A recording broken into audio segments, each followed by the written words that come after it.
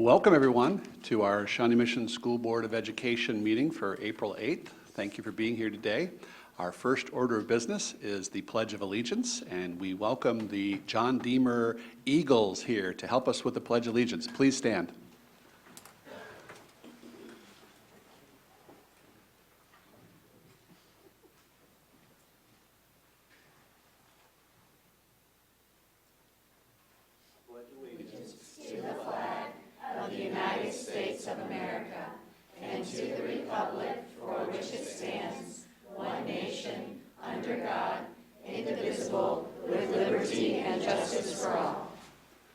Thank you so much. And Mr. Shackelford, would you like to have them introduce themselves? I think that would be great. We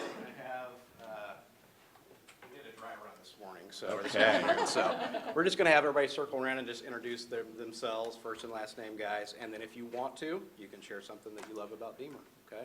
Who wants to go first? And you might need to move that mic down too if you're going to. There you go. Step up to the podium.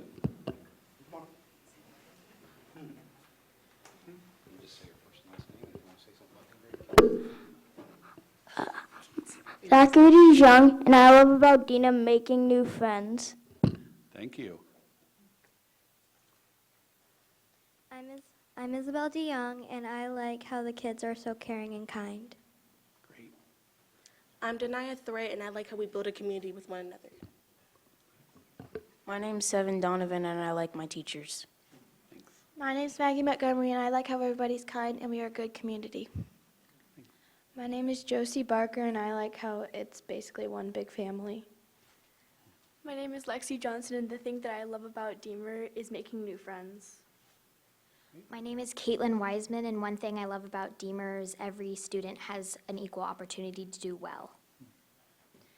My name is Emily Power, and I like how we have lots of fun. My name is Luke Woods, and what I like about Deemer is that the teachers are so fun and they're really nice.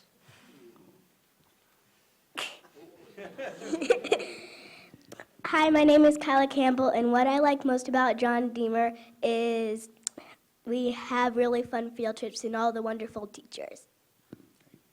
Hi, I'm Avery McKenna, and what I like about John Deemer is how nice the teachers are. Great. Thank you all for being here.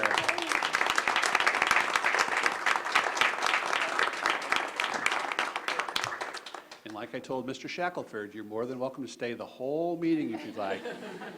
However, I feel like the weather's pretty nice outside, and I tried. Thank you. Thank you. I'd also like to take a moment and welcome any students that we have here that are part of a class that they're taking. I happen to know that we have some fellows over here from Rockhurst, if you want to stand up and say hello. 5 gentlemen from Rockhurst that are part of a civics class, and they've attended a Prairie Village City Council meeting, and now they're here to witness a Shawnee Mission School Board meeting. So welcome.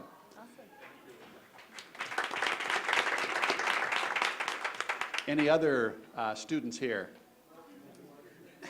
Oh, here they come. And they have to stay to the end before they get theirs signed. Welcome. Usually at this time we get a room full because people have put it off till late in the semester. So glad to have you here. With that, we'll move to the items on the agenda. The first item is the adoption of the agenda for tonight's meeting. I move adoption. Thank you, Mrs. Goodburn. Second. Thank you, Mrs. Zila. All those in favor of adopting the agenda as presented, please say aye. Aye. Those opposed, nay. That passes 7-0. We move on to the minutes of our meetings. The first one is the special meeting of March 25th. I seek a motion. Move approval. Thank you, Mrs. Mack. Thank you, Mrs. Owsley. All those in favor, please say aye. Aye. Those opposed, nay. That's 7-0. We move on to the minutes of the regular meeting from March 25th. Move approval. Thank you, Dr. Sinclair. Second. Thank you, Mrs. Zila. All those in favor, please say aye. Aye. Aye. All those opposed, nay. That passes 7-0. With that, we move on to section 2 of the agenda, and the first up is the superintendent's report. Dr. Fulton. Thank you, and good evening. Our first good news item of note is in regards to the Shawnee Mission School District and Health Partnership Clinic. which recently celebrated a year of providing health services through a school-based clinic at Merriam Park Elementary School. They celebrated with an all-school birthday party at Merriam Park, and this is the first school-based clinic in Johnson County. It provides health care, dental care, and behavioral health care to all Shawnee Mission students and their siblings 2 days a week. For information about hours of operation and how to make an appointment, that's all available on the district website, and we're going to provide a link to that in the board recap. It was a great celebration. I had an opportunity to go, and the kids had children had a lot of fun with the celebration. We thank all of our partners for their great work. We also want to celebrate Wyatt Boyd, an 8th grader at Hawker Grove Middle School, who was declared the state champion at the Kansas State GOB for the 2nd year in a row. He was presented with a $1,000 prize and was invited to compete in the National Championship B held in May in Washington, D.C.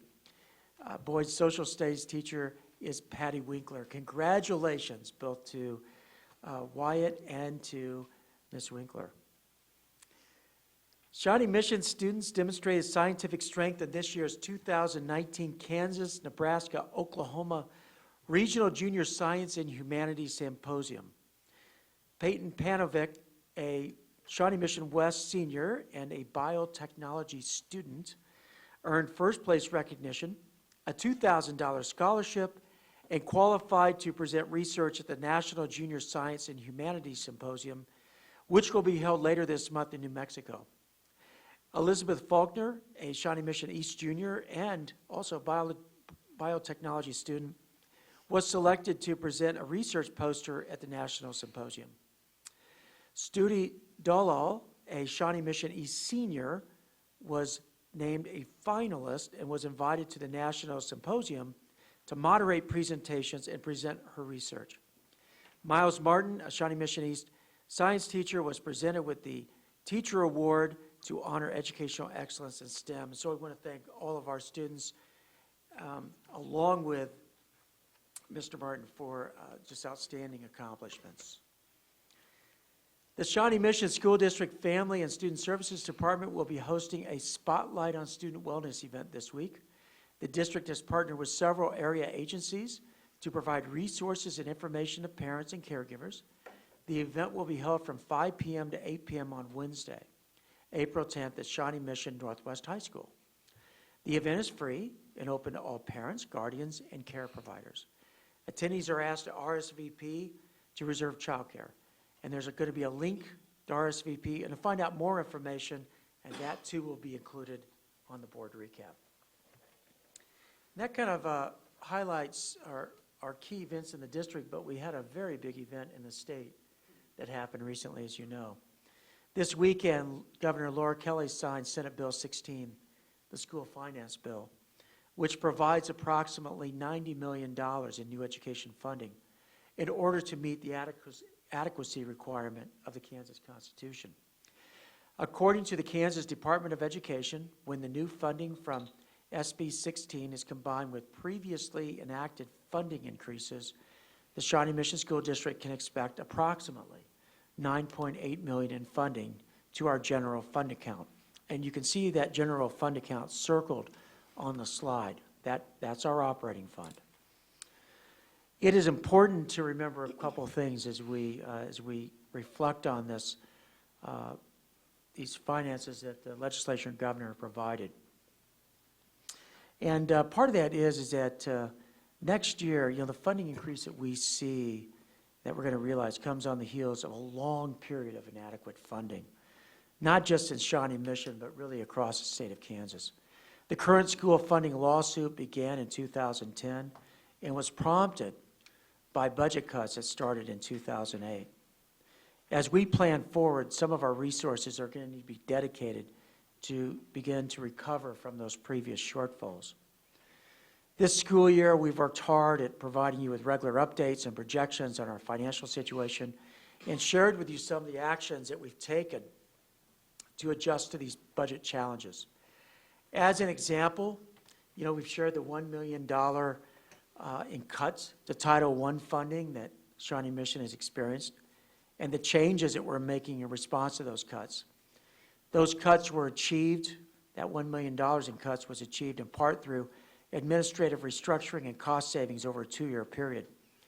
As a result, we were able to preserve existing social workers and instructional coaches at schools that will no longer qualify as Title schools. And we did that by shifting funding from the Title I budget to the operating budget. That was an important first step. We've also talked about other items that are extremely important to this board, including thinking about the provision of additional social worker positions in order to support the social and emotional needs of our students. There are also, as you know, ongoing costs associated with district budget. They include new or reallocated positions, increased costs to health insurance, transportation, and utilities, along with new costs for supplies and services, which when you take all those and put them together, that's about $3.5 million. We're going to be presenting a more detailed financial update at the next board meeting on April 22nd. But with all of that, we do want to, again, take time to thank the legislature and the governor for the additional resources the district will receive, and we'll keep you updated as we move forward in planning for the 2019-2020 school year. How's that? So, thank you. That concludes my report. Great. Thank you, Dr. Fulton. And with that, we'll move on to item 2.02, and that is our update on the strategic planning that's taking place. Yes, and I'll go to the podium for this. This will be a brief presentation.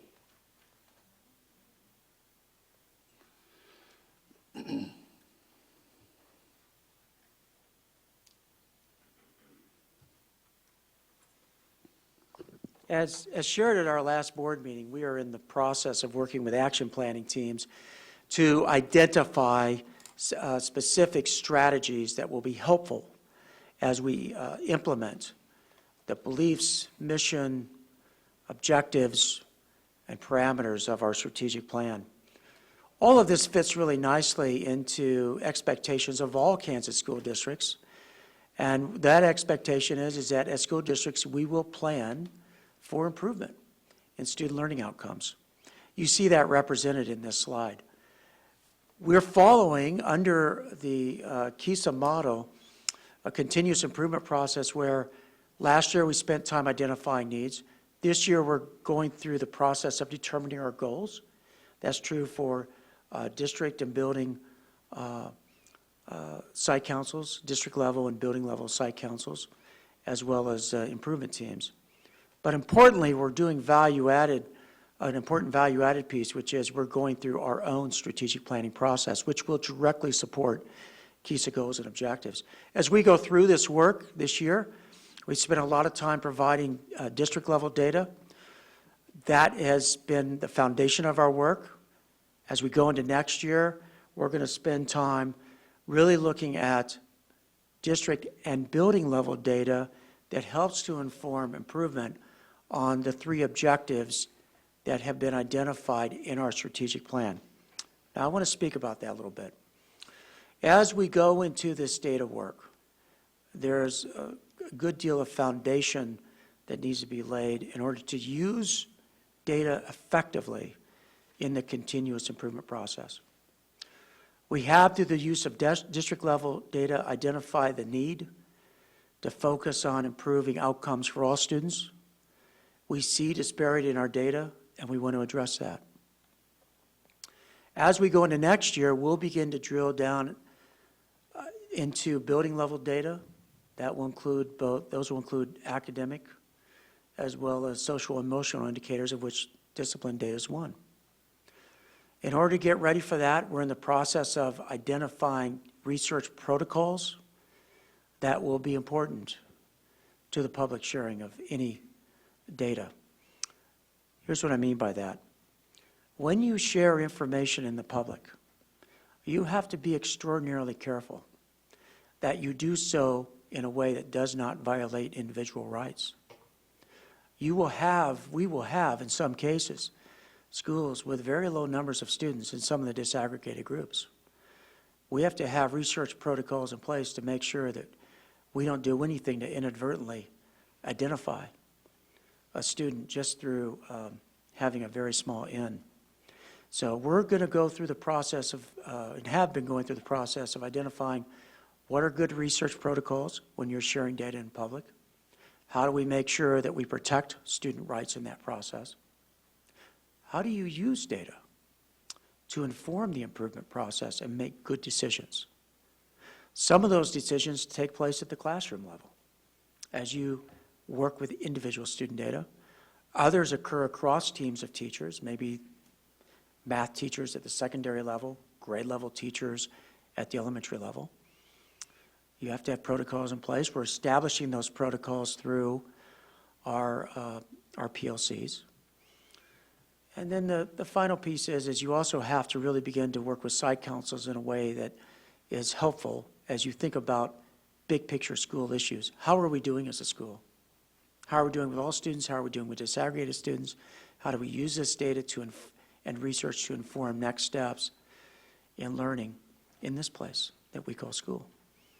So I want to make you aware of that there is a good deal of data work that needs to be done, both in the appropriate use of that data, but also collecting that data and reporting it in meaningful ways. We'll be working on that. We're started working on that now. We'll work on that through the summer so that we're prepared when school starts in the fall to really use that data effectively. Do you have any questions for me? Questions for Dr. Fulton? Yes, Dr. Sinclair. Thank you for that overview. Do you have a sense of kind of thinking about what data we have available, how much enrichment of the kinds of metrics that we're collecting, are we looking, do we have the majority of the information we need to make kind of more informed decisions as we're going forward, or are we going to be building more information, more proactive kinds of benchmarks? Sure. Every school district has lots of data. Mm-hmm. The challenge is to use it meaningfully and also to use it in a way that's timely in the decision-making process.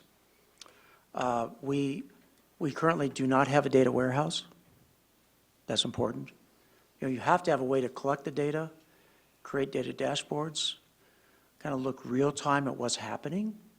You have to make sure that the data that you're looking at is clean, which means is consistently collected and reported in the right ways.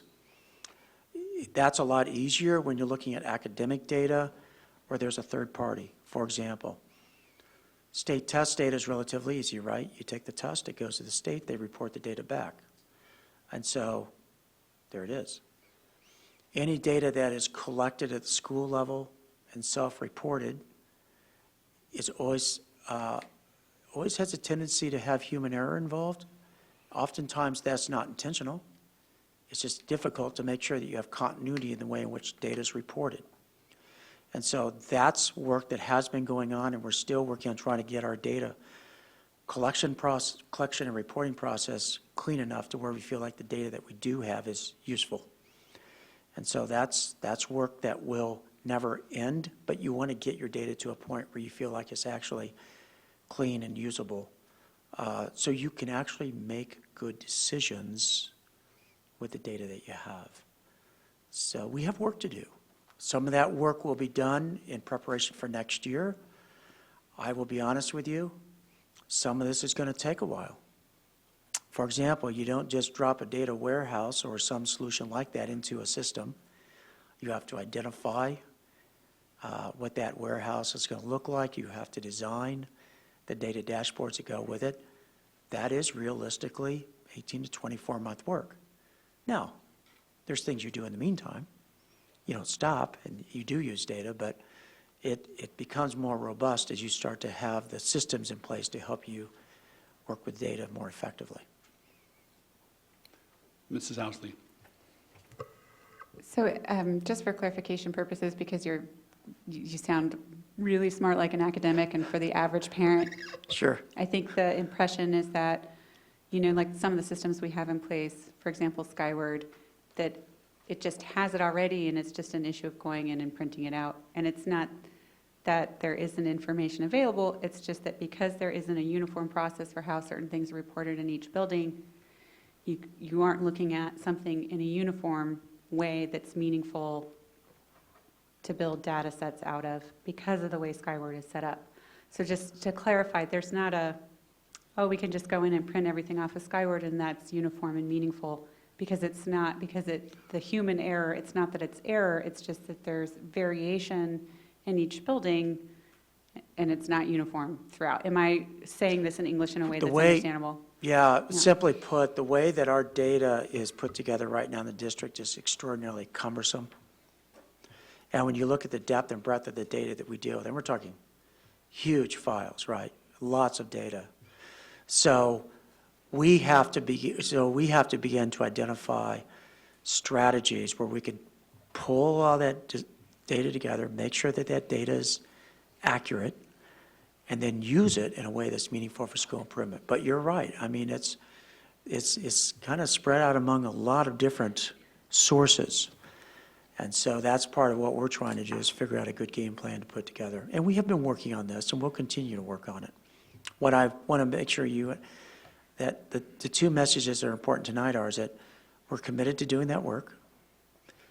We're going to do the very best we can to walk into next year to where we can deal with building level data that's put together in ways that's accurate and appropriate, so we're not getting into any kind of violations of individual student rights.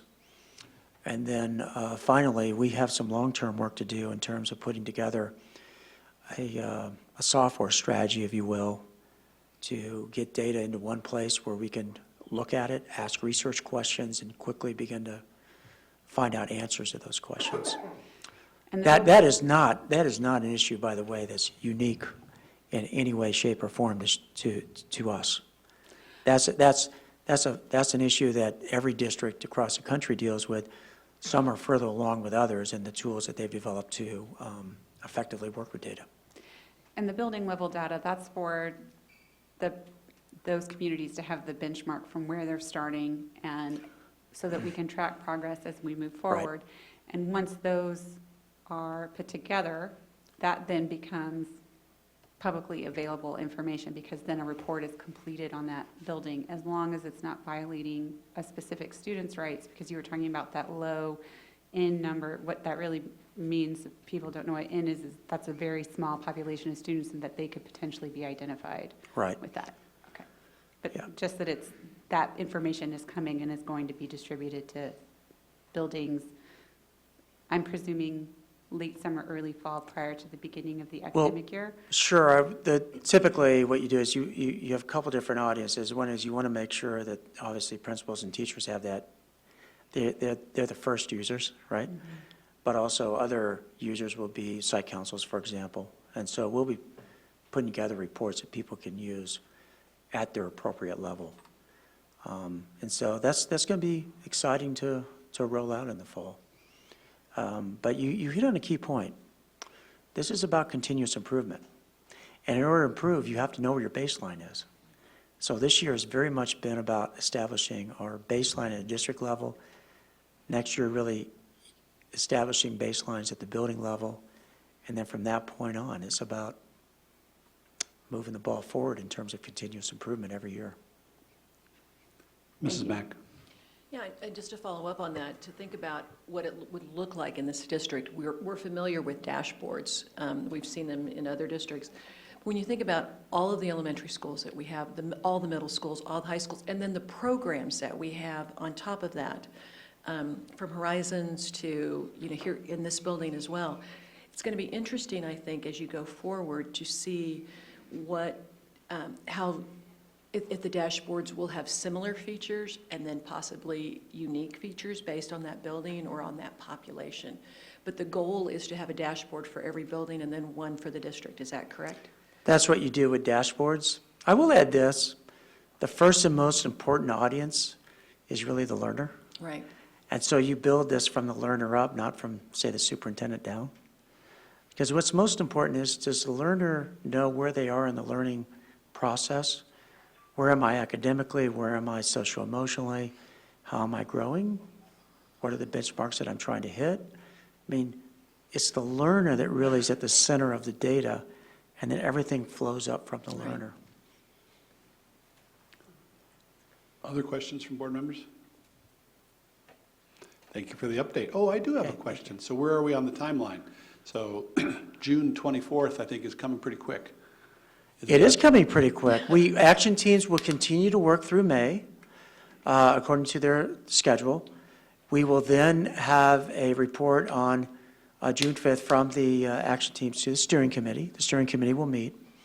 At that point, then the steering committee will turn the work over to me, and in turn, I'll take it to you in the June board meeting. Okay. So by the time we get through the end of June, we should have a strategic plan in place. Great. Yes, Dr. Sinclair. Do you have thoughts about how to think about the school finance, the changes in the school finance formula, and the strategic plan? So we have 3 objectives that have been proposed by the Strategic Planning Committee. We as a board have not had an opportunity really to discuss that or vet that until it's gone through the action planning team. I know I've taken a look at that and thought about what was on our wish list that was presented, I don't know how long ago, months ago, and kind of what our goals are. And I mean, I don't know if we're going to have a lot this year to work, for next year to work with, but there are, several more years out in that funding plan. So just, so thinking of, is it? It absolutely does. The strategic plan absolutely does inform and really drive our behavior on all things, including finances. For example, we've already begun work on identifying long-term training, professional development for diversity, and we hope to bring that to the board here in the very near future. That started, some time ago, but really it fits beautifully with what's in our strategic plan in draft form. So that's a good example of something that is well underway in terms of thinking about how do we fund high-quality professional development for all staff, all 4,000 staff going forward. That's a good example. And then there'll be others, of course, that will drive that as well. Any other questions? Thank you very much for the update. Thank you. We'll now move on to the board report section, and we have several items here. The first one at the top is to ask board members who attended the National School Board Association to provide any updates. It's a rather intensive weekend that we went to a couple weekends ago. 3 of us were able to attend. Do I have that right? 4 of us were able to attend. And so I thought we'd have each of them share a little bit about what they took away from that. And I'll turn to Mrs. Zila with sharing some thoughts on your experience there and things you brought back. Absolutely. There's kind of a list here that I have from the different sessions that I attended and the speakers that they had at the general sessions. Probably my most overriding theme and the most impactful to me was talk of competency-based learning, which I know is kind of where we're going. All of the skills and things that they're talking about in this are within our objectives, so I know we're on the right path. I've got to sit in on a district talking about they have this in place. They are doing, associate's degree. They get the day after they receive their high school diploma, something that, I know that's on the radar for us to get in place as well, for shadowing and interning with businesses so that kids are coming out truly job ready and actually been with an employer that hopefully will sweep them right up and take them as in their workplace there. Very interesting, there was the Society for Human Resources Management. The chair of that was one of our general session speakers and was talking about all the soft skills that they're looking for. Brilliance is great, but if you're a jerk, we don't want you, basically is what he said. I believe it was, if you're a brilliant jerk, sorry. But, if you can work with people, if you can have that teamwork, if you can have that critical thinking, all of which we are trying to encompass with our learning plans for students, that's great. The importance of kindergarten readiness was another session that I attended that was, hugely important and pointed out again something that we already know truly, but about socioeconomic is a factor in that, and kids come at all different levels when they hit kindergarten. So our Jump Start program is wonderful to give those kids, an extra leg up as they enter kindergarten. I heard Shane Feldman from Count Me In is the nonprofit that he runs, and if you've heard of Undercover High, that's him. And he actually was in, I think, several different school districts over a few years, and one of them was in Topeka. So he looks like about a 12-year-old to me. He's 20-something, but so he blended right in with the kids and really kind of tried to figure out what's going on with teens these days. And the things he came away with as advice to schools was, walk your talk. If you say this is what you're going to do, walk that talk and be present. And that was for teachers, that was for parents, that was for anybody. Kids want to be heard and listened to. So that was, it seems like an obvious thing, but with the, we're on our phone, we're saying, honey, yes, right, but, be present. The ending general session on Monday was Michelle Gay, who was a Sandy Hook mom. Very sobering presentation she walked us through the day of the shooting in Sandy Hook, and her daughter, she lost a daughter in that shooting, and it was very impactful, very powerful speak. One thing I noticed, there were some Kansas school districts that presented at National School Board Association, and I think we have a lot that we could share as well. I think we're well on the way to being, we are a great school district, but we want to get better all the time. We want constant improvement, as Dr. Fulton said earlier. So we're looking for ways, and this is a great way to meet people from North Dakota and Maine and Florida and to see what they're doing and the problems they have, which are the same that we have for the most part. But we're all at different speeds of getting to where that North Star is. So, and I think we're all shooting for that North Star. So it was a great time. Plus, it was great to be with board members and spend time to kind of, without the stress of board stuff going on, to bond as a board too. And I think that's an important asset to this. And I hope I didn't steal anybody's thunder. Thank you. Reverend Guy, thank you. This was my first time to attend the national conference, and so the workshops that I selected, over half of the ones I went to were around equity, because I wanted to learn from other districts who have been doing this work and have experienced some success with it and see what's working for them. Some of them even have received national attention. In fact, I went to one workshop that was 3 national award winners, 3 different districts of different sizes that have been recognized for the work they've been doing in equity. And so it was exciting to hear about some of these programs and get some great ideas for things that other districts are doing. But I also walked away from those workshops, I think, with a general image of what's ahead as we continue down this path. And it's not all encouraging news, unfortunately. We were talking about data just a minute ago. Many of these programs are still in their infancy. They're in year 1, 2, or 3, and we aren't going to know for another 5 to 10 years how successful these programs are. Some of them are trying to do intensive interventions with students in 4th, 5th, and 6th grade in order to get them to the Algebra 2 stage, in order to get them into AP classes into high school, in order to get them into college. And so they're still just working with 4th and 5th graders right now, and we're not going to know for a very long time how successful this program actually is. So, so that was kind of sobering, that as excited as I am to jump in and do some of these things, the data isn't there yet. To know how effective these are going to be. The other sobering thing is that districts that do this intensive focus on equity work obviously can't be doing that intensive focus work in other areas, and that creates some tension within their districts. And so they were just laying that out there for us to be aware of, that if you're going to do this intensive equity work, you're probably going to hear from people who want you to be doing other intensive focuses that you don't have time to do.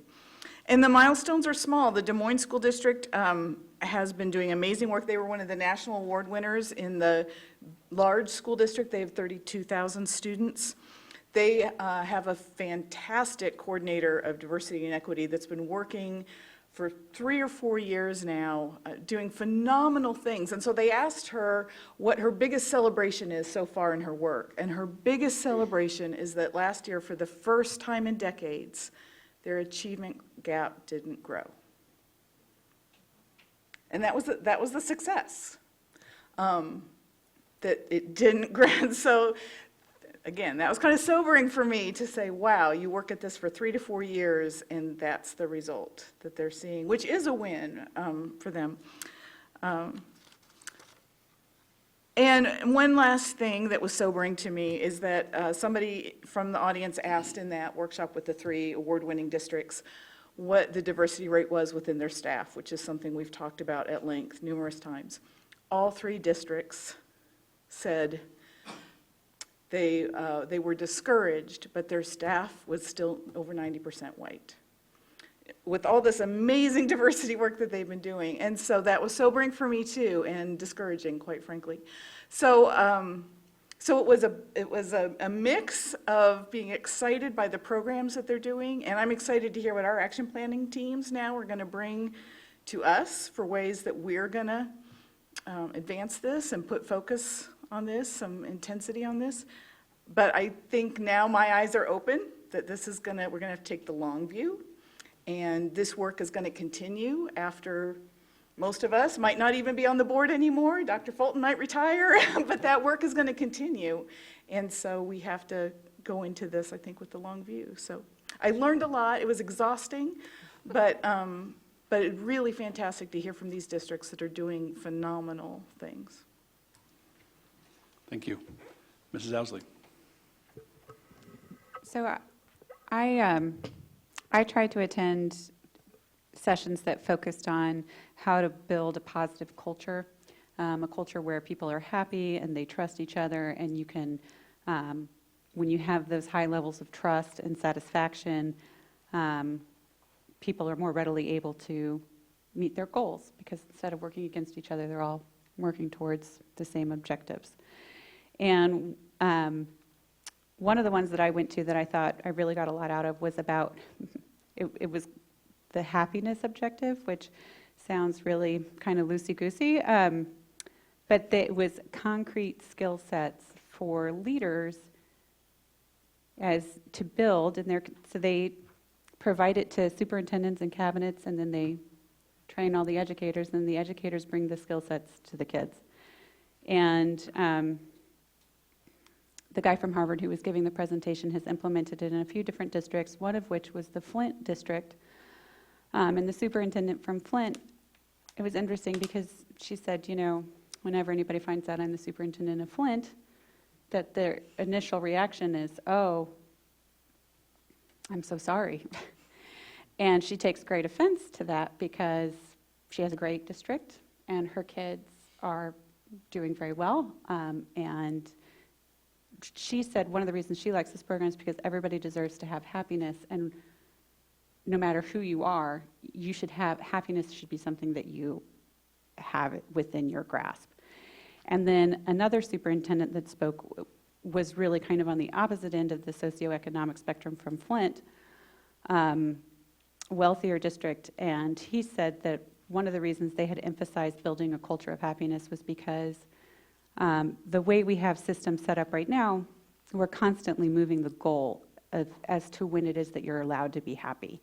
So we set it up to where, well, you're going to do well in high school so that you can get into a good college, and then once you get into a good college, you're going to do well in college so you can get a good job, and then once you have a good job, then you keep moving the goalposts. And so we've taught ourselves that you basically at the end, you're never happy because you're not allowed to be happy until you reach whatever your goal is, and if the goal keeps moving, then you don't ever obtain that. And that this is a fundamentally wrong process in that while happiness should be a goal in and of itself, happy people are more likely to be successful. So if your end goal is success, then providing the skill sets for happiness helps you to get there. And he laid out certain things on how you can teach children specifically how to use tools to be happy. And the superintendent from the wealthy district said the impacts that rippled out from the district to the community. He said within the first year they had kids performing better and less discipline issues. But by the second year, they could tell a difference in the parents. So what had started with, the leadership team and then had gone to the educators and then had gone to the children and then had gone to the broader community. And one of the things we talk about a lot, or at least we have since I've been on the board, is social and mental health issues and how we can best address those needs in our community. So whether or not you're at a lower socioeconomic spectrum or at a higher one, these are really valuable skill sets to have that don't just positively impact kids, but has the potential to positively impact your entire community. And for me, what struck me about that is that as someone who's been a public education advocate for many years, that kind of goes along with my fundamental belief about what public education is that it is the foundation for, positive growth and success in a community. That's why it's so fundamental to our democracy. So not only can we raise good citizens and kids who have a future, unlimitless future, whatever we put in our vision statement, but that we could potentially also have the opportunity to give them the skill set to be happy and have happiness be an end result of something that a school district did. And I thought that was really powerful. So I went in, the very sketchy attorney, and came out like, oh, that was really awesome. So, so it worked. And it was lovely seeing the people, the districts that were presenting on it, because they really had a lovely energy, and you could tell they were a team and very positive. And so in any event, I have all of that to provide to everybody here, and it was useful, and I really appreciated having the opportunity to go. I really appreciated listening to the Sandy Hook mom speak. One of the fascinating things about that conversation that I didn't even catch during the presentation, but caught afterwards as we were discussing as a group, thanks in part to Dr. Atha pointing it out, what she said was when she was talking about the victims, and in the classroom where all the students died, there was actually a substitute teacher that day. And it really makes you think about the nature of our district being a system. We are operating in a system, and how we create and maintain and implement that system, the processes we put in place for that, has such far-reaching consequences. I'm not saying anything with regards to there's no causality there, that's not it, but when there's something in a system that isn't quite what it normally is, you just don't even know how much it can impact an outcome. And so it really hit home for me, every single thing that we do dramatically impacts a day, and we might not even know it, but for an outside event bringing it to our attention. And obviously, in light of current events all over the place, that was a very powerful testimony that she provided. The Sandy Hook children, I think, would now be teenagers. They would be turning 13. So, thank you. After those wonderful summaries, I'm not sure I should even try to go, but I will. I attended many sessions, but I'll be brief. I went to one on strategic planning, because that's what we're doing. But what's interesting about it is the presenters were a suburban, or inner city, suburban Chicago district and a somewhat suburban St. Louis district. And so they had already shared with us not only the process, but the results. And I shared my notes with the board here. I'll just read these quickly. They each talked about kind of the things they anticipated and then the things they were surprised by in the process. And the three concerns that were identified in one of the processes that bubbled up that they didn't know that would have as high priority would be, number one, safety, number two, social and emotional well-being, and number three, the effects of social media. So those are some things that bubbled up as priorities. I'm sorry, with concerns. But in the priorities area, they really honed in on a couple of interesting points. And this is a combination of the two districts, and they were the whole child focus to education, so the whole child part, the equity focus to the instruction delivery, which we've talked about a couple of times now, the development of a more diverse teaching staff, and again, we've talked about that already, and then optimizing teaching and learning environments for all students. So those were a blend of two districts' priorities that I took away from that.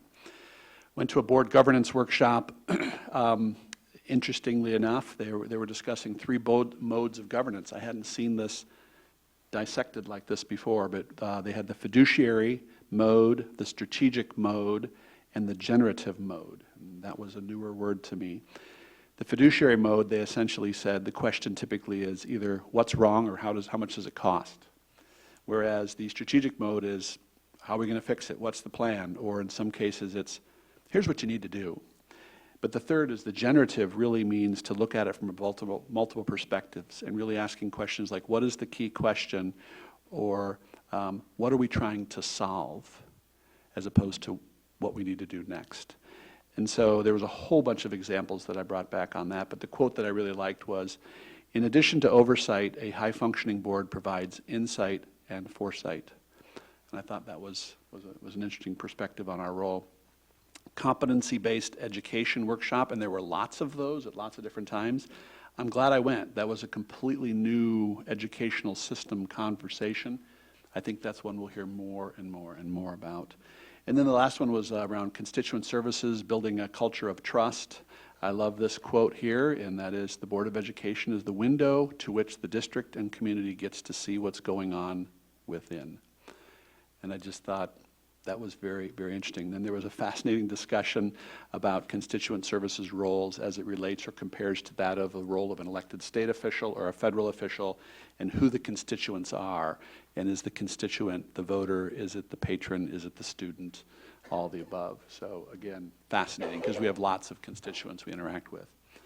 One other thing we did, and I think it's very important, we've done it a couple years now, is we intentionally gather with our board peers from Blue Valley and Olathe, and we sit around the table and share a lunch and really kind of, again, try to share ideas, because we're all in this together. So that was very intentional to try to bring those folks together as well. I provided each of the board members a handout as well. I laughingly said, I asked each board member to prepare 2 to 3 minutes. I think we exceeded that, but it was all good stuff. So thank you very much for that update. Any questions that board members have of the others that sat in on these programs? Dr. Sinclair. Well, I don't know, this just struck me is the quote you ended with, the board is the window to which the district and community gets to see what's going on within. One of the reasons I ran, and one of the things I'm looking forward to, that when you think about the board as the window, this meeting is not just what the board is. The board, I think, is where we're going as we're developing district-wide committees, so that the board is working with constituents, really working through much of what we're identifying in the strategic plan and moving forward. So that I just wanted to add to that. Thought, thank you all for sharing what you learned. I wish I was able to attend as well.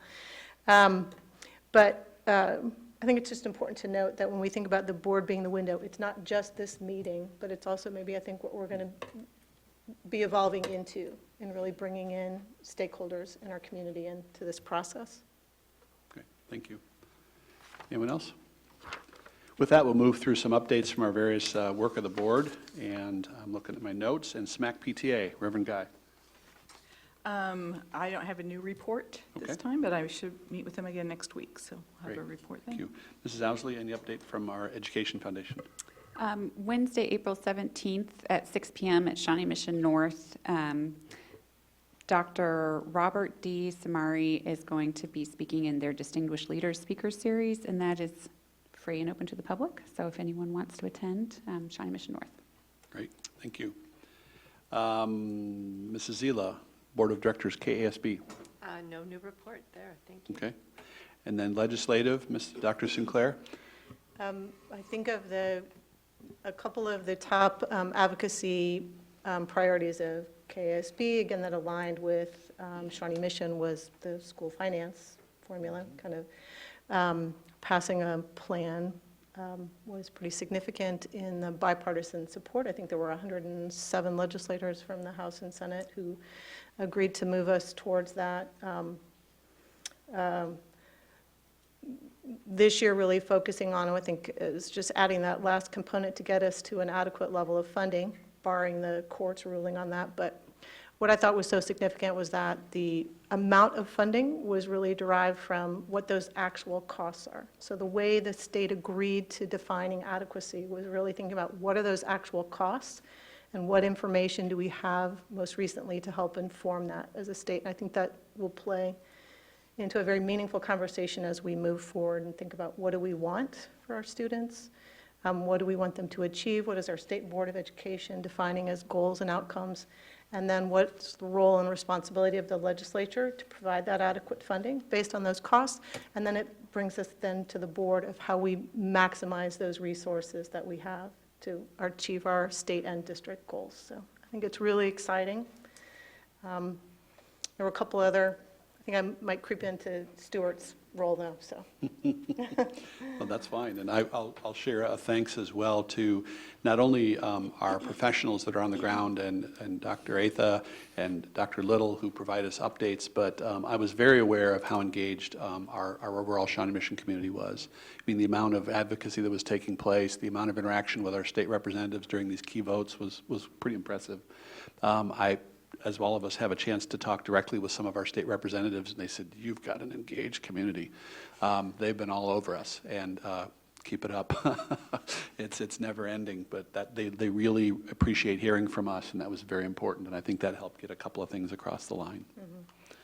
How about constituent services, Mrs. Goodburn?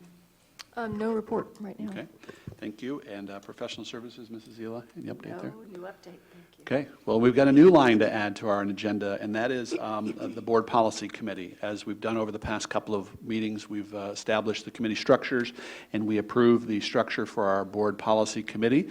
I asked for folks to provide their names forward, and I'd like to present the following three names as the appointments for the Board Policy Committee going forward: Mrs. Goodburn, Dr. Sinclair, and Mrs. Zila. Thank you for the three of you for stepping forward and being a part of that. The congratulations is over. It's time to go to work. We've got a couple of things that are right before us. Certainly, we're going to be updating and addressing some food services questions. We've heard in our previous meetings some things that we are looking at, so that'll be something that Dr. Fulton and the staff will be working directly with the committee on to get that ready to begin to discuss what we would need to do to update our policy around food services. Secondly, the legislature passed, and I think it's still going to the governor's desk, but the changes to when the Board of Educations and school districts across the state have their organizational meetings, and so we'll need to address that one coming up. I think Dr. Fulton leaned to me earlier and said, and there's 8 other items he would like this committee to work on. So again, thank you for serving. And Mrs. Mack. Yeah, point of information, there's some things from public comment that when Mrs. Zila, Reverend Guy, and I work together, there are some policy things that need to be tightened up. So what is the best way to do that? Just send a memorandum to the 3 members of the committee? Good question. I think we should route it to Dr. Fulton. Through Dr. Fulton, yeah. okay. And then, because that's where a lot of these additional policy things that we were just talking about are going to get routed. But Okay. Thank you for asking. Mm-hmm. Anything else around that? Well, we look forward to your work. It's going to be very important. With that, we move on to item 2.04, and that's public comment. All right. Thank you, Mrs. Wienering. We'll move on to item 3.01, and that is the overview of the middle school and high school ELA adoption. Dr. Fulton? Yes, and I'm going to have Dr. Hubbard do the introductions here. So I'm just going to be very brief. Is this on? There we go. I'm just going to be very brief, but I want to take this opportunity to talk just a little bit about the curriculum and instruction team, Dr. Darren Dennis and Travis Gatewood. Travis has really led this charge on the ELA adoption, and he has done an amazing job, and I think you're going to see that through his presentation. So we had a very large committee of teachers that gave a lot of time and effort, so I want to recognize those teachers that did an amazing job helping us through this process. And we had kids involved this time too, which was sort of fun. So I'm going to give Travis the floor and let him take it away.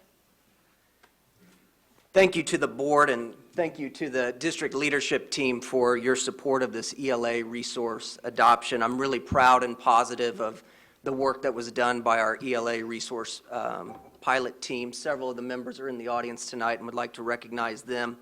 I'm also very proud and positive of the work of the ELA teachers this year in general.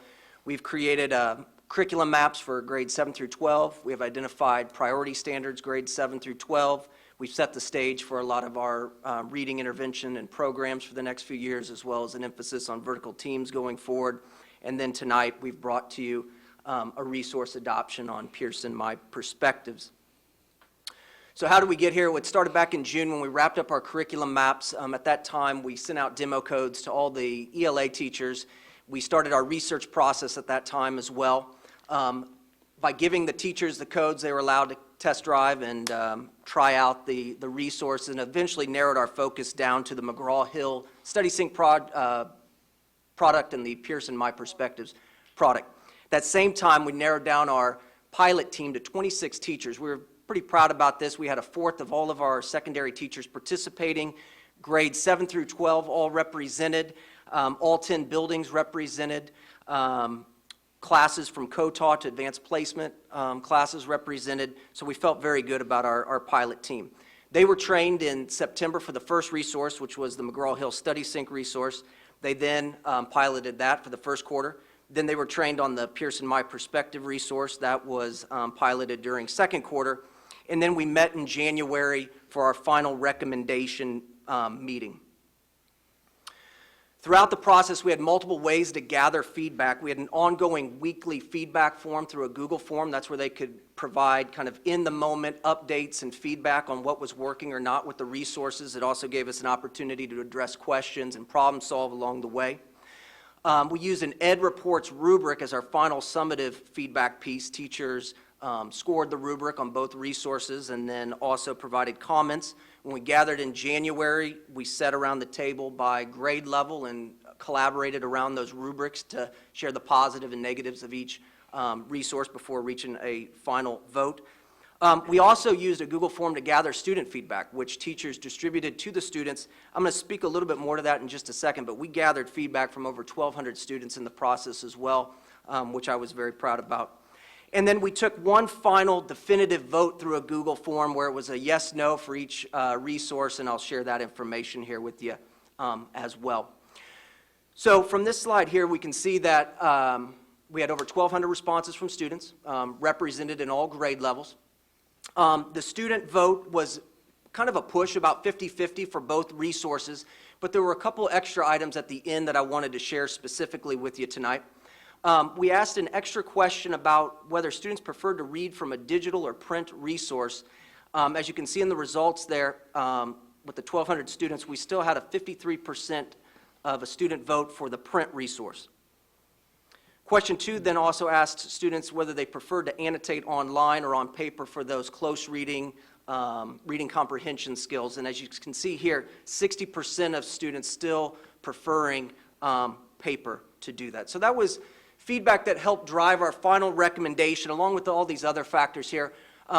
First of all, Ed Reports, which has become kind of the national vetting group for a lot of curricular materials, gave Pearson a perfect score.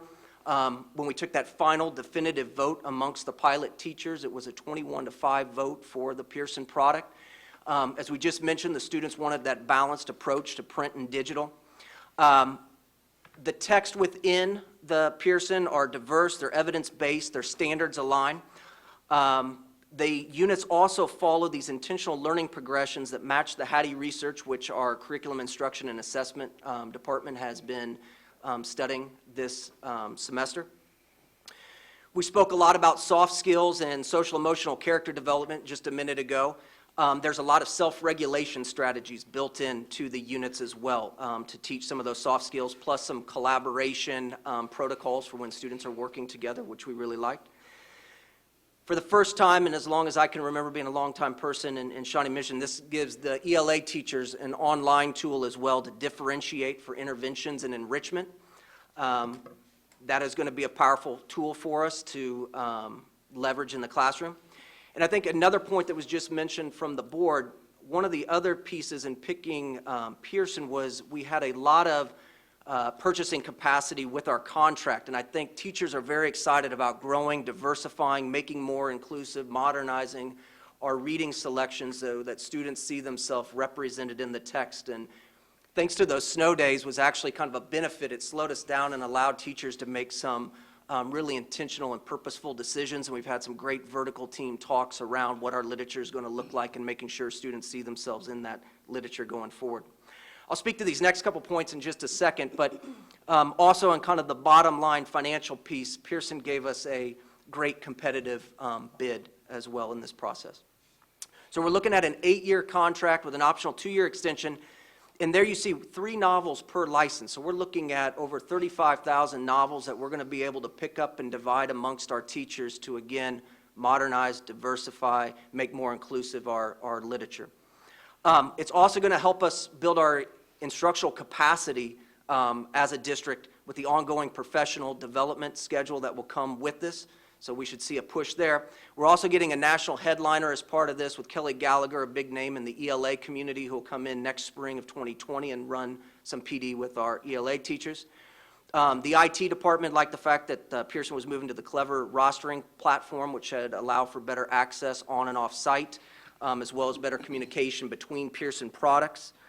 And then we are also going to be given a dedicated customer success manager to help with the implementation as we go online, which will be a learning curve for our ELA teachers because, again, we've been working out of a print resource for a lot of the time. So for the next steps, with your approval, we will push quickly to get a PD schedule in place. We want to get as many teachers trained in May as possible so they have the summer to work with the resource, and I will provide ongoing optional summer trainings where teachers can collaborate up here during the summer. We'll have training during pre-service. We have training planned for the SMSD Impact Institute that we're putting together in June. We'll have webinars throughout the PLCs all through next year. But at the end of the day, I mean, this gives us a guaranteed viable core resource for a guaranteed viable curriculum, and I think we're really ready to move the work. I think Pearson meets a lot of those pieces that we just talked about by giving us a balanced approach to print and digital. Each student will be given a student consumable text that they can write in, take home, and use, as well as the online piece. It meets that issue of equity by diversifying our curriculum and bringing it up to speed. It's going to build our instructional capacity with all the PD that's coming with the program. And I think it has some of those social emotional character development protocols built into the unit design as well. So again, we thank you so very much. In general, just this year, I just want to say how proud I am of being in the Shawnee Mission School District. I've served on the Cornerstone Committee this year, the steering committee, and then my role as curriculum coordinator. I see all the pieces coming together and feel really good about our direction and momentum. So thank you very much. Thank you. Questions about this item? It is something that we're going to seek action on later under agenda item 5.02, but while we have the folks here, any questions? Yes, Reverend Guy. Just out of curiosity, so 21 teachers voted for this. What were some of the concerns of the 5 that didn't vote for this? On the Study Sync, I think their online component students like that just a little bit more. I think there were a few progressive teachers that really liked that online piece. I think the bulk of the group, though, liked that balanced approach for both print and digital. Other questions? Yes, Dr. Sinclair. Thank you for the presentation. Yes. Could you speak to the duration of the contract? Why 8 years? You know, for most contracts seems like a long time. So can you maybe speak to that a little bit, or is that typical? Is that what? Anyways, thank you. 7 to 8 years is fairly typical, and especially with the consumable and with the online component, updates will happen along the way as well. So this gives us the option, you know, to go a longer period of time or to stop a date, but that's a fairly typical number. Other questions? All right, thank you very much for the presentation. Thank you again. Appreciate it. And we'll move on to item 3.02, which is an enrollment update. Dr. Fulton. Yes, and Dr. Sumner is going to come forward and provide us with a little bit of what might be a helpful overview of where we've been as a district with in district enrollment, and particularly class sizes, where we're at, and he'll provide some great insight for us on that. Okay. Members of the board, good evening. Appreciate this opportunity to share some general information with you about our progress with our staffing model. I'd also like to share appreciation for Dr. Schumacher and Dr. Sig, not simply for being here this evening to help me out if and when I may struggle, but more so for the massive amount of work they contribute to this process. Certainly staffing is a multi-department initiative or endeavor, but Mike and Lachelle do a fantastic job every week staying on top of the numbers and the shifts and the formulas that we're putting into place, so thanks to them. Moving on with the process, I think probably the best approach for us to take tonight, maybe before we take a step forward and look at current standings for the model that we have in place, that maybe we take a step back, because I know there's been some discussions about the evolution of staffing guidelines. So I wanted to share with you, knowing some of you may be more familiar with these than others, the staffing guidelines that were in place with the district prior to 2015, when the new guidelines were put into place. These then, for you, are the retired staffing guidelines that were used again up until the fall of 2015. So beginning in the spring of 2015, we were recruiting and hiring staff based on the new model that we'll look at this evening. Interestingly, if you were to, we did this just for a point of comparison, if you were to reapply this staffing guideline, these staffing guidelines, to the current 2019-2020 projections, you can find that there's a significant difference in the result that is achieved or necessary for the district to achieve.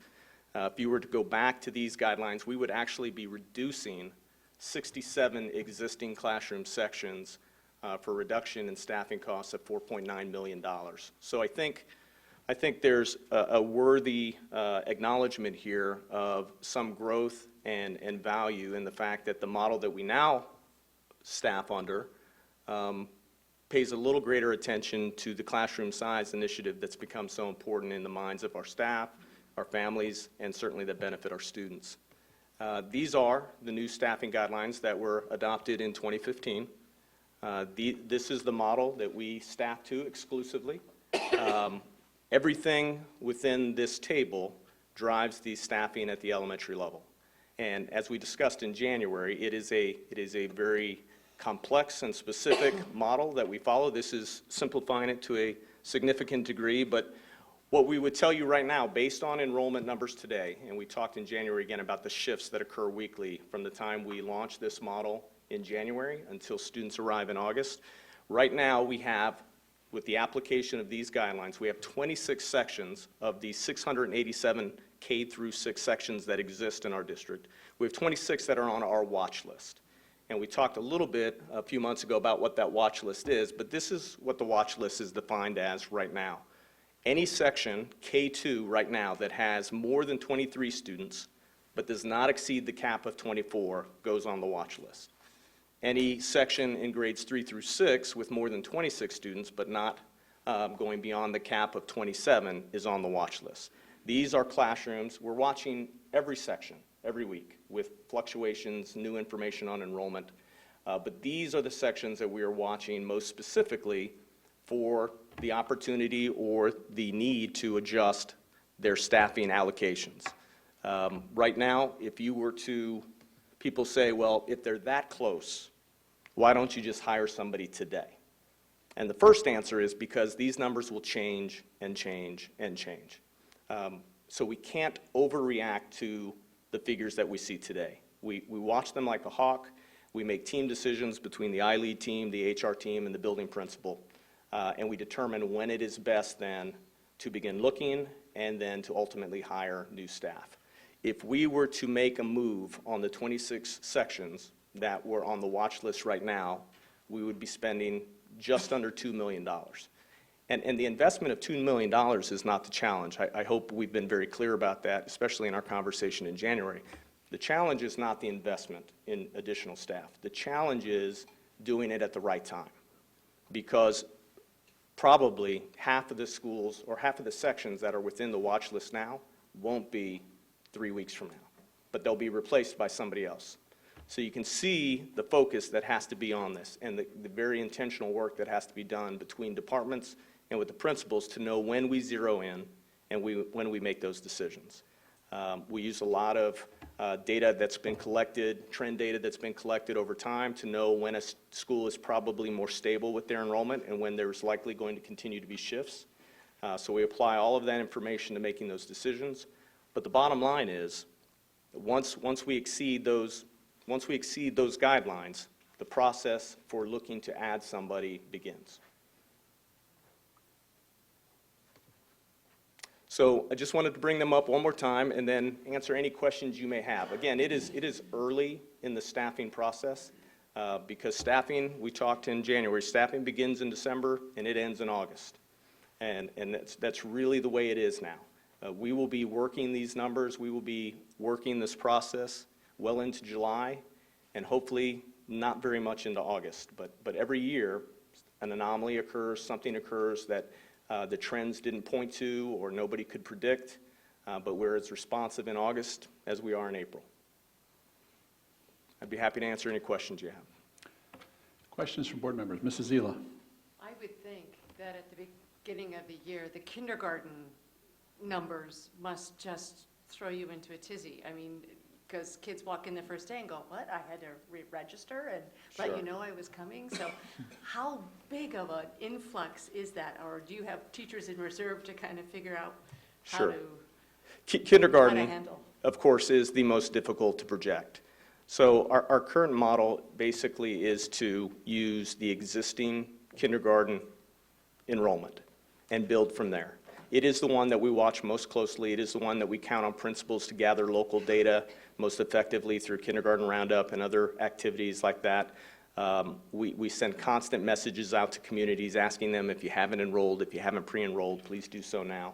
The more, probably kindergarten by far evolves the most over time.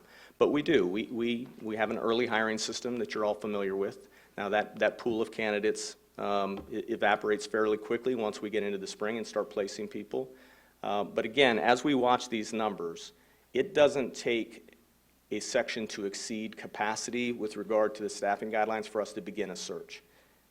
Throughout June and July, we are interviewing staff just in case. And it's really not just in case, it's just in time, because we know we're going to have to add sections through June, July, and even August. So we don't stop interviewing, in fact, because we want to know what's available to us, because that's part of the decision. You want to make sure when you do add staff, you're adding the right staff. Standards should be the same in August and July as they are in February, March, and April when we hire. And so the interview process, the assessment of available candidates doesn't end. In fact, it picks up in June and July because we know we're getting to a period where we have less time to react to changes in the staffing model. Yes, Mrs. Ousley. Are you all done? No, go ahead, Mrs. Zila. I just really had one other comment, and that was, thank you for recruiting in December. There was a time not so many years ago that we waited until May, till all the retirements and everything we figured out. And now, and we were missing some incredible people that were swept up from student teaching or even before they had graduated or whatever. So thank you, because I think we're getting some of the best and brightest as far as our new teaching staff. So thank you for that. Well, that I has appreciate really it. added so much to our pool of teachers, especially our new pool. Well, thank you for your kind remarks. Mrs. Ousley. Thank you. I'm curious, is this available somewhere? It's not in the board docs yet. Is that, because I've had a couple inquiries from folks, and I would just, if it was in the board docs, I'd link and It will send to be, them. it will be added in. Okay, great. We were finishing it up today, but we'll make sure it's in public view. Great. And then I have two follow-up questions. One is, I think that there's like a misnomer right now that staffing decisions are based off of folks in the building requesting additional staff, but the staffing decisions are based off of these numbers. So whether or not you have a principal clamoring for additional staff is not necessarily the issue when a staff person is placed in a building. It's actually what are the enrollment numbers. That's where the decision is made. Everything is driven by the guidelines and enrollment. And within those guidelines, we have tried to apply consideration to a number of different factors, from high-level needs of a particular cohort of students to everything else. We've tried to roll into the consideration process through the design of these guidelines. So principals know that they advocate for additional staff as those enrollment figures align with the guidelines. And it creates an equitable format for staffing. It's not the squeaky wheel gets the most attention type issue. It is much more objective because of the guidelines. And then my final follow-up question, in some of our programs, we have kiddos who are in a designated classroom for services that are outside general education needs, but those students are also integrated into a general ed classroom because everyone has a right to the least restrictive environment. Absolutely. But the head count for the kiddos in the special education or whatever the outside that's where that head is counted. So is that still the case where if you're say you're enrolled in like a special speech class, and so your head is counted in that speech class? Right. Is your head then counted in the general education Yes. class? It is now counted in the general education class? You should be recognized in both settings. So- And so, especially at the elementary level where we have much more of an on-site management of our section size and who's there, it's not uncommon at all for us to make sure that students who spend maybe less than half time in that gen ed setting are But they are counted still in the represented in the gen count, ed absolutely. classroom. So that's where the objectivity becomes a little more local in nature, in that we count on our principals who do a great job of recognizing those circumstances. And so when we send out initial projections, sometimes you're right, sometimes that doesn't hit, but our principals provide immediate feedback when this model is first given. The first thing we say to principals is, okay, tear this up, tell us where we've omitted something, tell us where our numbers are off base. And the principal says, hey, you've got me projected for 80 fourth graders next year, and right now I have 87 third graders. And so we go back and we shift the formula that was used to project those numbers, and we kind of include this current reality adjustment to it. Principal says, hey, that's true, I have this many full-time students in that section, but I have three students that spend time in this class and need to be accounted for as well.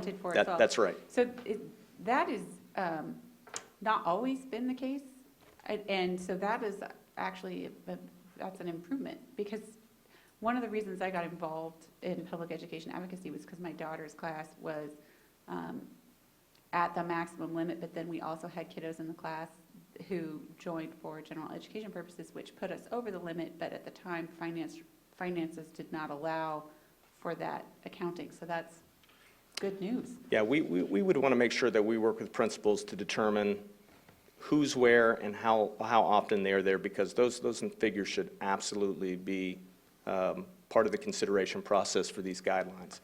If we have someone whose services are so light that they are in for a very small fraction of the time, and we are otherwise within guidelines, one student under that circumstances, I don't want to mislead you, would not necessarily roll us to an additional staff member.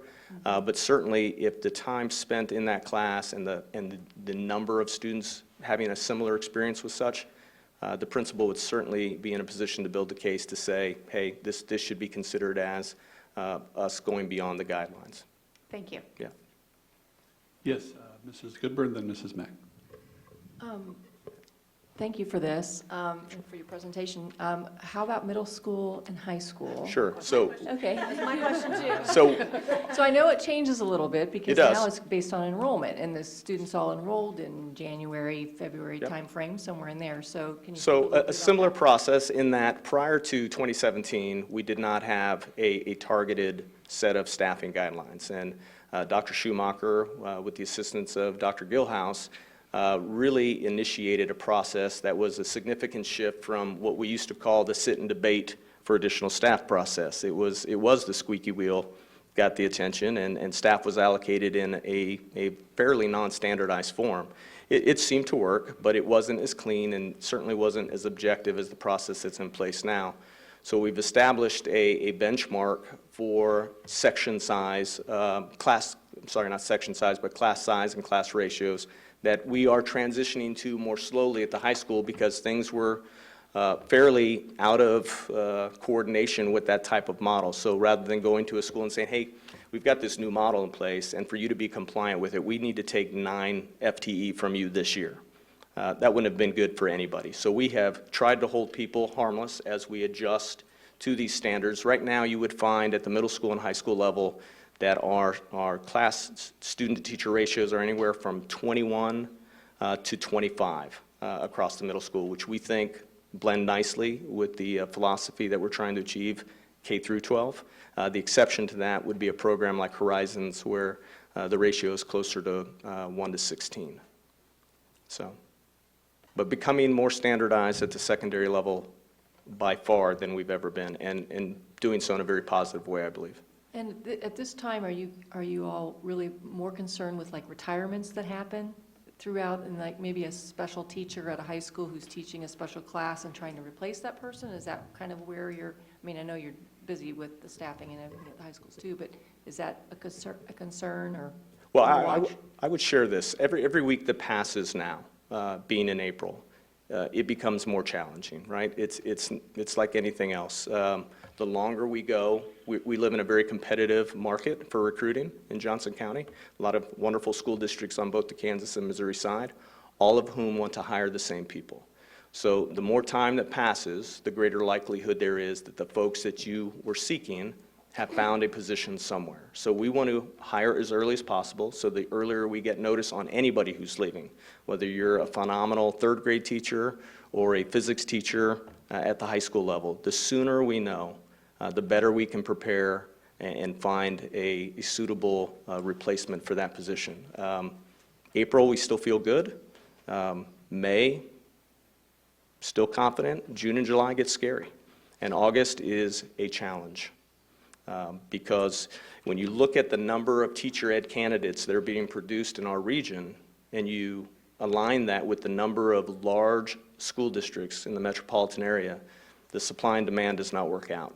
And the number of transfer existing experienced teachers that leave one home district to go to another is also very small. If you're doing a wonderful job someplace, chances are that district is smart enough to take care of you. So leaving becomes more challenging for folks because they're comfortable, they feel good about where they're at. And so that market is not super strong either, and especially as you get later in spring and into summer. So, you know, we love to hire in December and January. February's great, but April, May, and June, you're working hard. Mrs. Mack. Yeah, I just want to follow up on the secondary staffing situation. In 2015, when we had the retired staffing guidelines, that was interesting to me that you had a number of 1.9 million if the difference of what we've had to spend now. 4.9, I believe. Was it 4.9? Mm-hmm. What was it, 4.9? That was 4.7. Okay.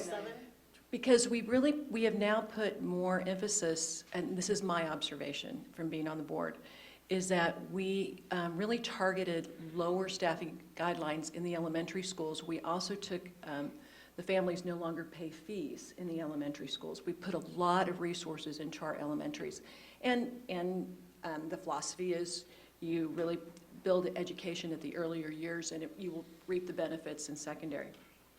But we also noticed the trend in secondary that our teachers went from 6 hours of teaching went from 5 hours to 6 hours of teaching with only one plan. And I'm wondering, as we go forward, I know that we have a wish list of, you know, social workers, counselors, et cetera. We've also seen numbers in the past of going down from 6 hours down to 5. I bring this up not to put you on the spot, Dr. Sumner, please understand that. But looking at it as a whole in the secondary, because staffing guidelines really changed in the secondary, and we kept the fees the same for the students and their families as well in middle and high school. So I think as the conversation goes forward, I would like to see some of that addressed, and I would really love for Dr. Sumner to come back and talk more about secondary staffing guidelines and some of those numbers as we go forward.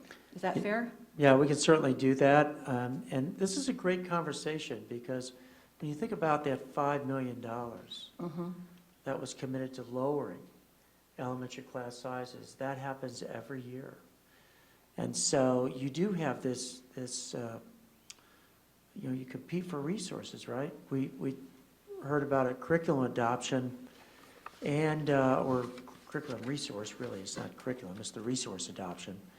And we've really cut way back on what we allocate for that in ways that probably is not the best. But you can't do it all.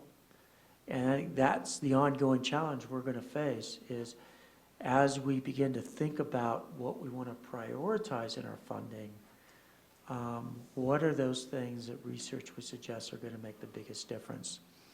And so that's going to be an ongoing challenge for years to come. No, the two primary discussion points that you have with secondary staffing is the reduction of teaching 6 sections to 5, and at the middle level, to have both the individual and the team plan, which is accomplished in some school districts. So right now, when I mentioned the average section size or class size at the high school and middle school level being pretty much between 21 and 25, to accomplish either of those, you have to make a choice. You have to make a choice on whether you're willing to increase that average class size to absorb the additional staff you now have to add to reduce the teaching load at both buildings, or if you're going to almost double your expenses by keeping your staff, your class sizes within that same range, but now reducing the number of sections each staff member teaches. So the expense can be much greater than one might initially anticipate, depending on whether or not you're willing to increase class size within that new model, or whether you want to keep it at the standard you're trying to achieve right now. So obviously we can run figures in that direction, but there are two considerations with both of those maneuvers that have to be considered. And I would add also that there are some high schools that have different programs.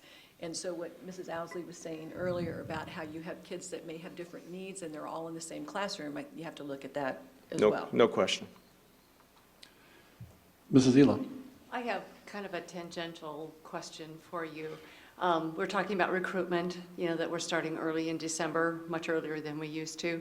And I know, I don't know if people think you sit in your office and you wait for candidates to come to you. I know you are out there recruiting heavily. And there's been the question, floating around that we don't have the diversity amongst our staff that we would like to have. Sure. In Des Moines, they were saying the same thing that Laura heard at NSBA. But I know you are trying so hard to get more diverse teaching staff on board here in Shawnee Mission. I just wanted to kind of open that up to give you some. I appreciate you acknowledging that. It's absolutely a priority within our department and within the school district. We want our professional staff to reflect the kiddos we serve. And it's difficult, and you guys know this, that the applications that we receive, less than 2% reflect minority applicants.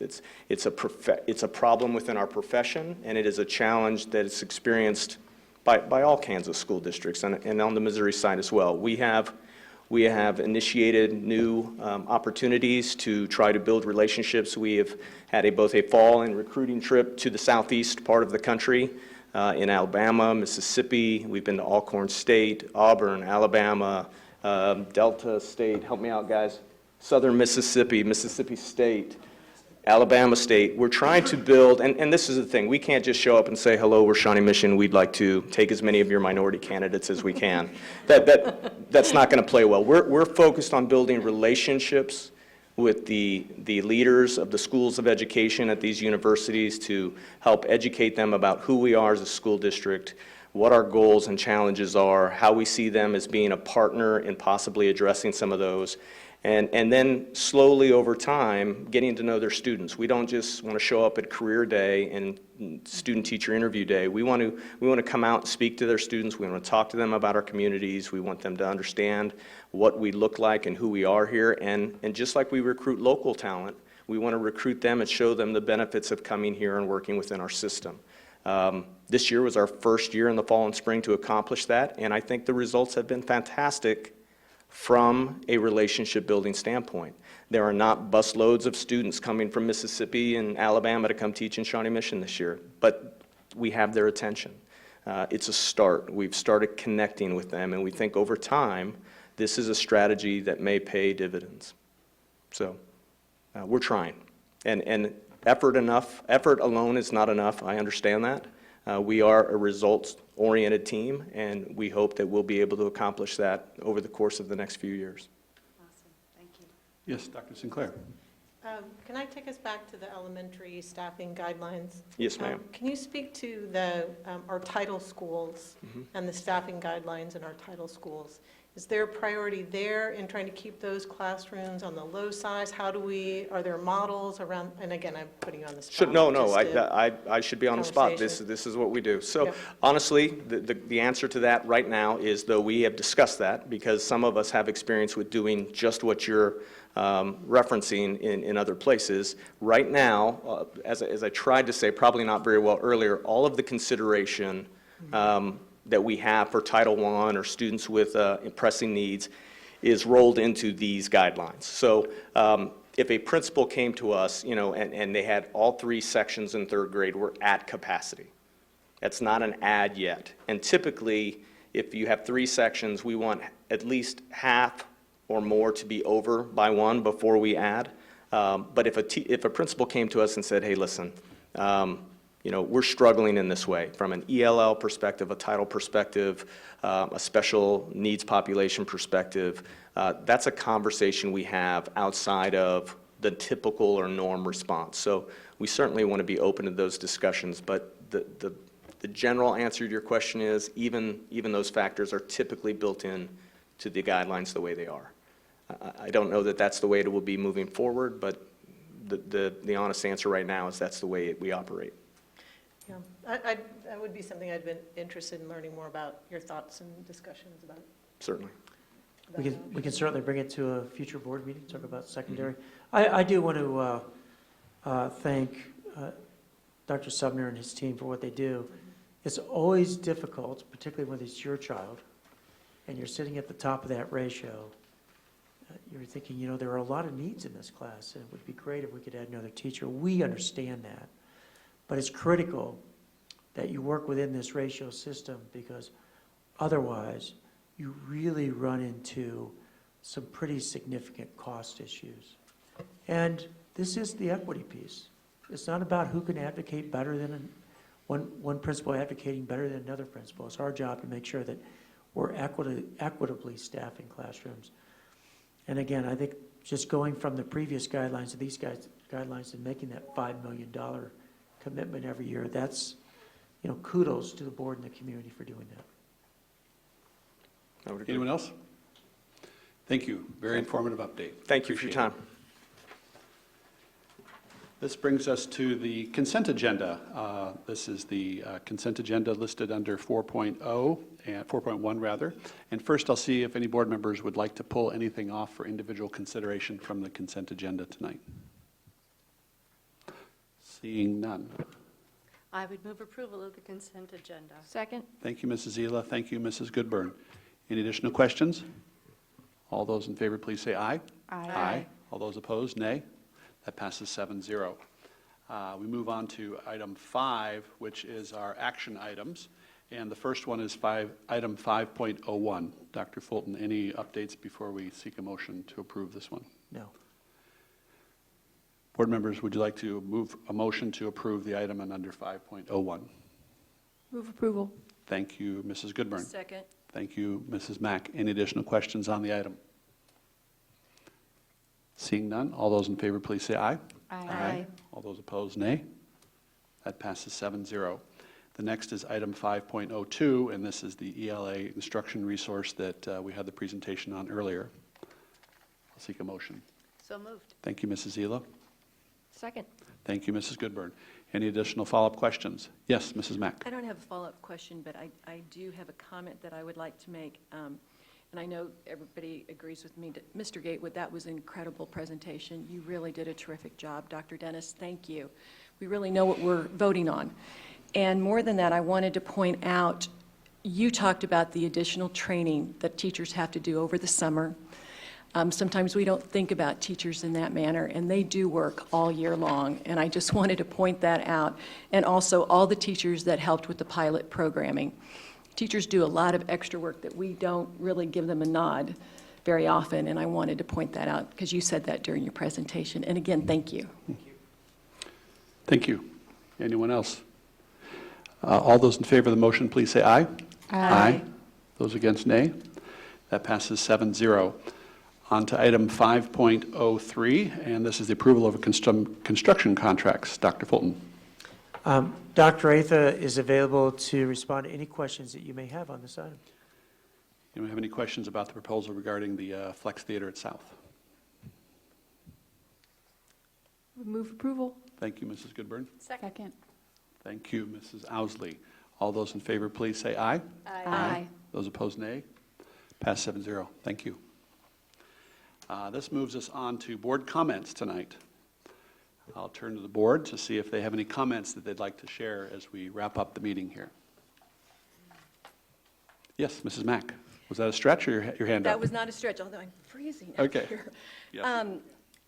Dr. Fulton and I attended the open house at the Career Technical Center the other evening, and it was a great evening. It was so fun to listen to the kids, how passionate they were about fire protection, police training, and EMS training, and it was really a great evening, especially talking with the students there. Also, we have a Ray Marsh student who won the all-around gymnastics competition in the state of Missouri. She trains there, and I wanted to give a shout out to Tessa Brocker. We have students involved in so many different activities. She actually won the state, so I was really proud of her. I was at Broken Arrow today, and I wanted to make sure that our editor of our North newspaper saw, first of all, thank you, and thank you to South for giving us your newspapers. Other high schools, we would love to see them. But when I was at Broken Arrow today, I want you all to know that our elementary schools have their own newspapers too. So the influence that you have on younger students is amazing. And I just think it's wonderful to have student journalists that young. With that in mind, I wanted to let everybody know that there's also a TEDx Youth at KC event this Saturday. Some of our Shawnee Mission graduates are involved in presenting this. It is going to be at the Plex Pod Westport Commons Medallion Theater on 39th Street. The doors open at noon. It's going to be ideas worth spreading for youth and adults alike. I'm sure many of you are familiar with TED Talks. These are more youth-oriented. They're going to have everything from Make Today Count, Out of Darkness, Brandy Bonner, Adam Avon, all these different people are going to be there, and it's going to be this Saturday afternoon. And I think that's it.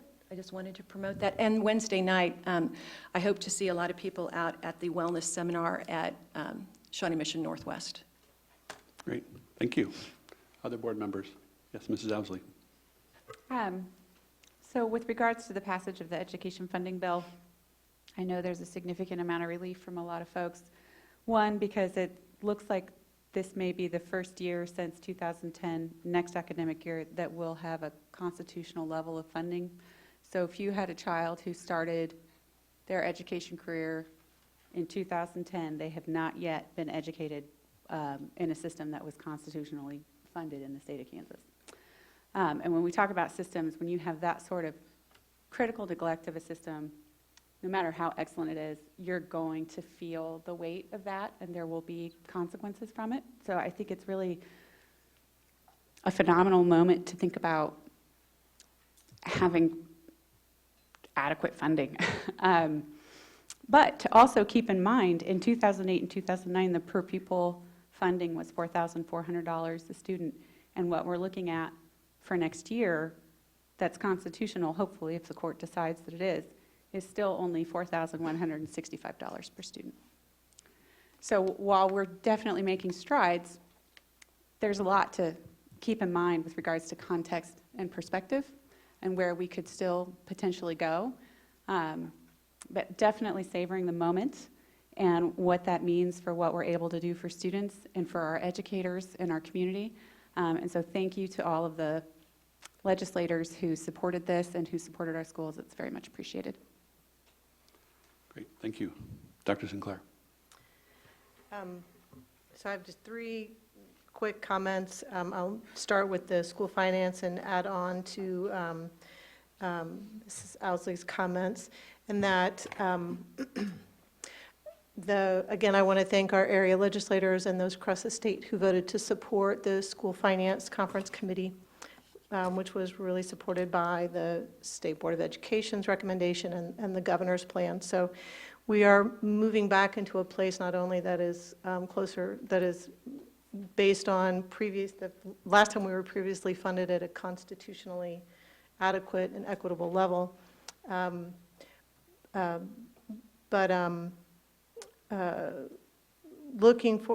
looking forward to a kind of new conversations around school finance. And I kind of mentioned that previously, of really thinking about what is it we want for our students and what are those costs, and coming together as a community to see if that's those outcomes are what we're looking for, and then looking back to the legislature and part of their performance audits that's baked into the school finance formula that will actually estimate those costs. So I think that's really important to note that that's in there.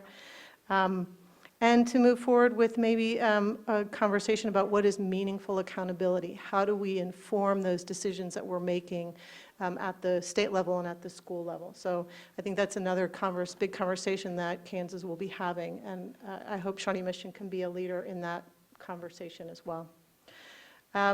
There were two other pieces of legislation I think that we need to do a shout out for our area legislators is supporting the tax policy that goes with funding the education bill, and then a new set of election laws that are moving us back towards a place in which voting is more accessible so that you can vote at any voting site, any polling place. So we made some advancements there. That's another piece to acknowledge, and thank our legislators again for supporting that.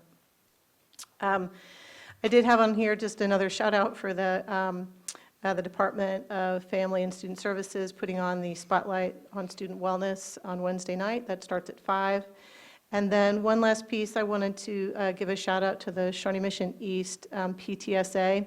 This is a great example of communities working together with the resources they have. And the PTSA launched what's called the Lunchtime Career Chats, and they bring in people from the community over the lunch hour, kind of almost on a weekly basis, and students are free to come and listen to any of those, to that particular speaker for the week to learn about their career, ask questions, just get ideas about what might be possible for the future. So again, a big shout out to the East PTSA for creating those opportunities and for those volunteers who come in and share their lunch hour and talk about their profession and how they got there and where they're going. So thanks. Thank you. Other board members? A couple of last things to wrap up. First of all, I saw some students join us during the meeting. So I'll have to ask, did you think it started at 7? Yeah. Should we give them credit for attending? Oh, yeah. Okay, maybe we'll have them watch it on YouTube or something, right? What schools are you from? Okay. That's a really good excuse. I like that. Everyone else? All from North? Any other students from other schools?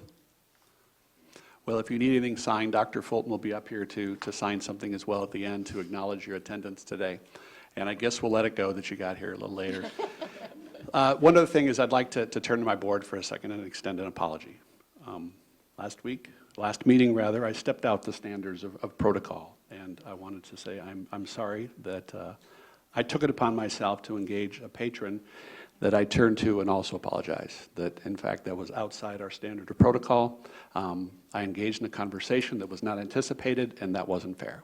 And so for that I apologize. I look forward to an engaged conversation going forward, and I appreciate the opportunity that you've extended me to have that conversation going forward.